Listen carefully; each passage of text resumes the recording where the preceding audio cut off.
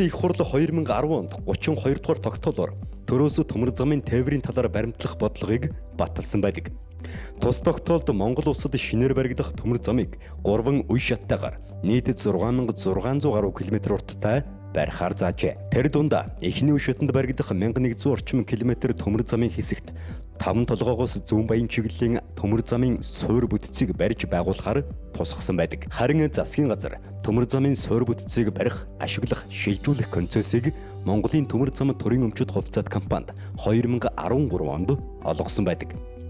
Тэгвэл өнгөрсөн оны 5 дугаар сард эхэлсэн төмөр зам барих их бүтээн байгуулалт өдгөө 90 орчим хувьтай үргэлжилж байна. Эзгүй зэлүүд талд дэд бүтц шин суурьшлийн бүсийг хөгжүүлж Монголын хөрснөөс олборлсон эрдэс баялаг дэлхийд өрсөлдөх шин гарцыг нээж буй тус бүтээн байгуулалтын үйл явцтай танилцахаар эргэлтцгийн сайт Дорногов аймгийг зориулав. Сайн бацхан үзэгчдээ эргэлтцгийн та бүхэндээ Дорногов аймгаас мэдээлэл хүргэж байна. За тэгэхээр Монголын төмөр замын бүтээн байгуулалттай бид бүхэн танилцах цуврал нэвтрүүлэг гэдэг ийхүү эхэлж байна.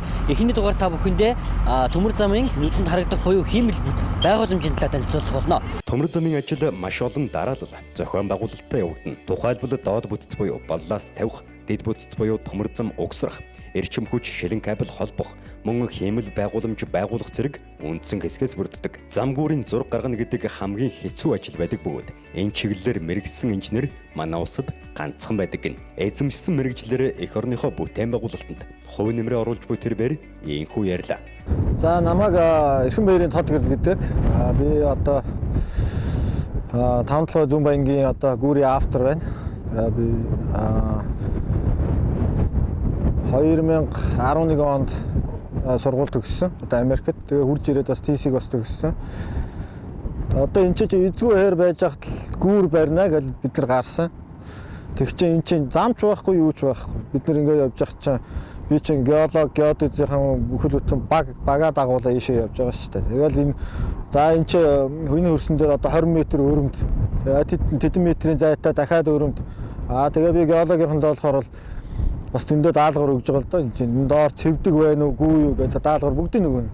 Тэгээ геодез гэхэр чи геодез чинь болохоор одоо миний барих байгаа гүүрийн энэ талбайг чинь би хэмжүүлж байгаа байхгүй. За ийшээ 1 км, ийшээ 1 км, хаашаага 1 км энэ том талбайг бүгдийг хэмжээх гээл даалгавар өгж байгаа. Тэгжээж тэр чинь би юу болж тэр геодезийн зургал дээр би өөрөө одоо зургаа бий болгоно. Одоо тэгээд энэ гүүрээ хаана байрлуулах уу, ус залах талангаа хаана байрлуулах уу ингэжээж тооцоогоо гаргаж байгаа. Одоо энэ тулгуурын доор одоо яг үндсэн тулгуураас доошоо бол 25 м-ийн гүнд одоо өрөмдмөл төмөр бетон шон суур одоо нэг тулгуурын доор одоо 6 шон байгаа.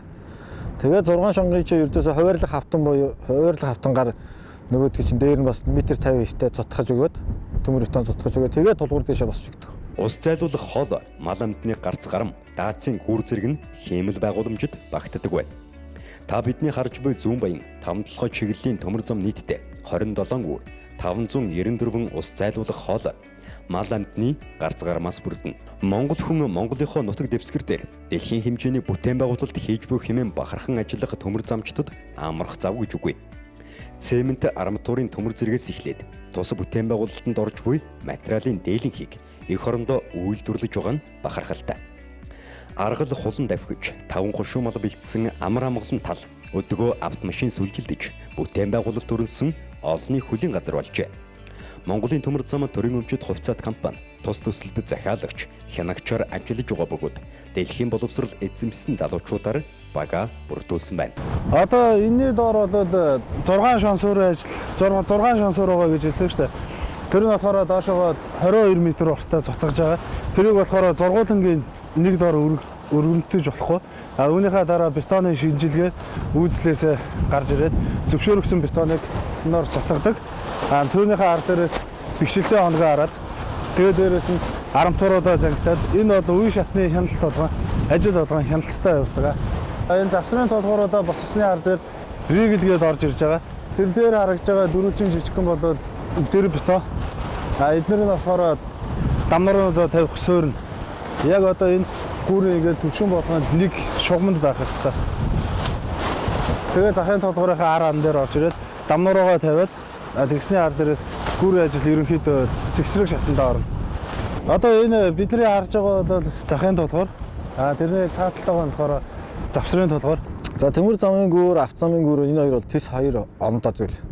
За яг авто зам бол яг нь хамгийн өндөр ачаа, хамгийн өндөр даацын ачаа бол нэг 120 тонн тий 80-аас 120 тонн явж байгаа. Тооцоод ачаа гэж байгаа тэрийг бол.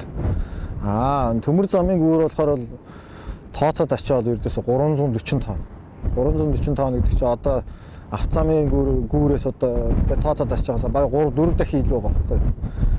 За тэгвэл төмөр замын гүүрэн дээр бол ердөөсө нэг онцлог байдаг.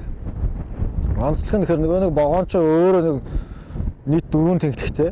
Тэнхлэг болгондоор нэг одоо нэг богоон цуугаал бид нар явахаар нэг дүг гэдэг шүү дээ. Тэр их чичиргээ чи ердөөсөө энэ гүүрэн дээр мэдэгддэг.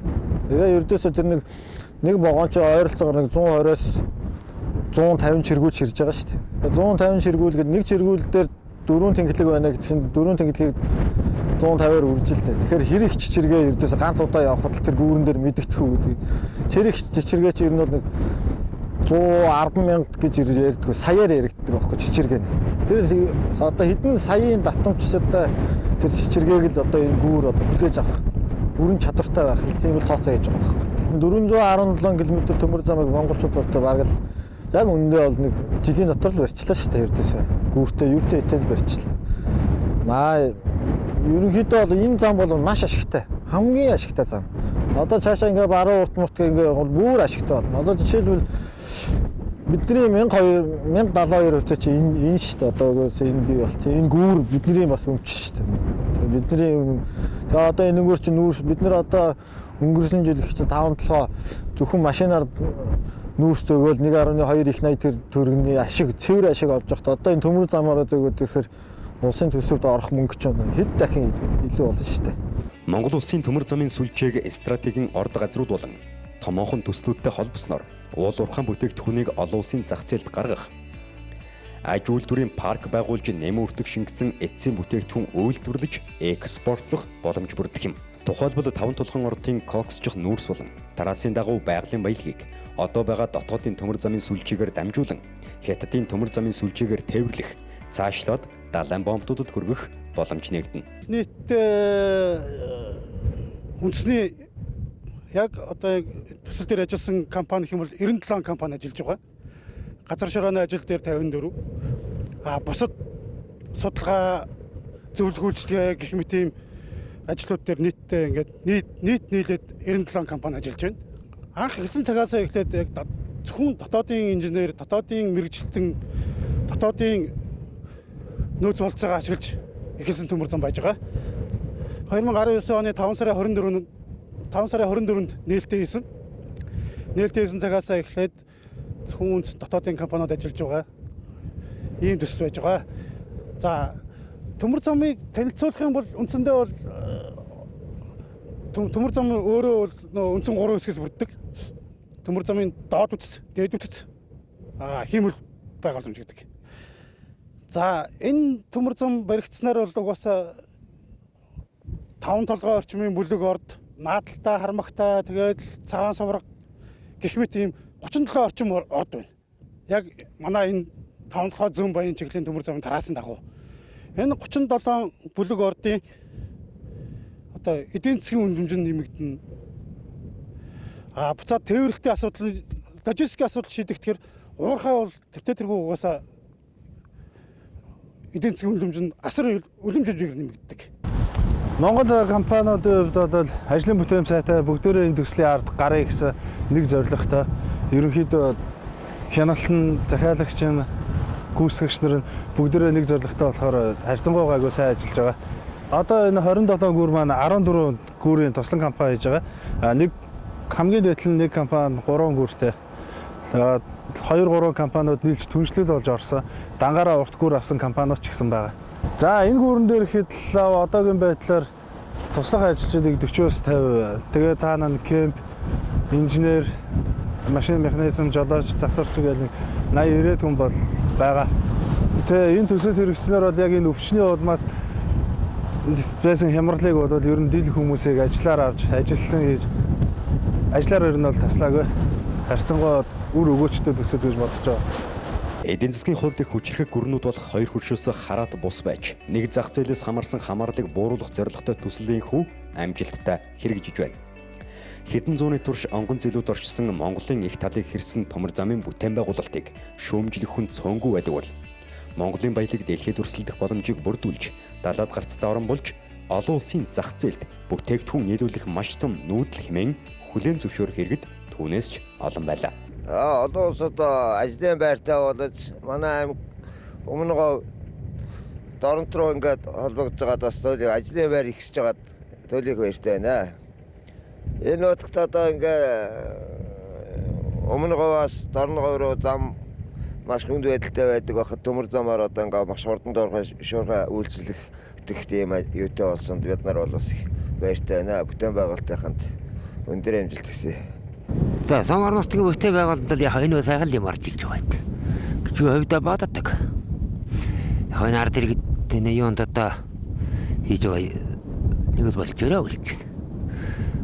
Одоо тэгж өмөд бид чинь мөдөд Улаанбаатарыг машинаар харж байгаа юм шүү дээ. Өмнөгов аймгийн Цогт цэцэг, Манлай сум, Дорногов аймгийн Мандах сум, Зүүн Баян багийн нутаг дэвсэрийг хамарсан 414.6 км төмөр замын ажил хэдийнэ дуусах шатандаа хүрсэн нь. Ургах нартай уралдаж ажиллаа эхлүүлэх төмөр замчид эх орныхоо бүтээн байгуулалтанд оролцож буйдаа сэтгэл ханамжтай байгаа.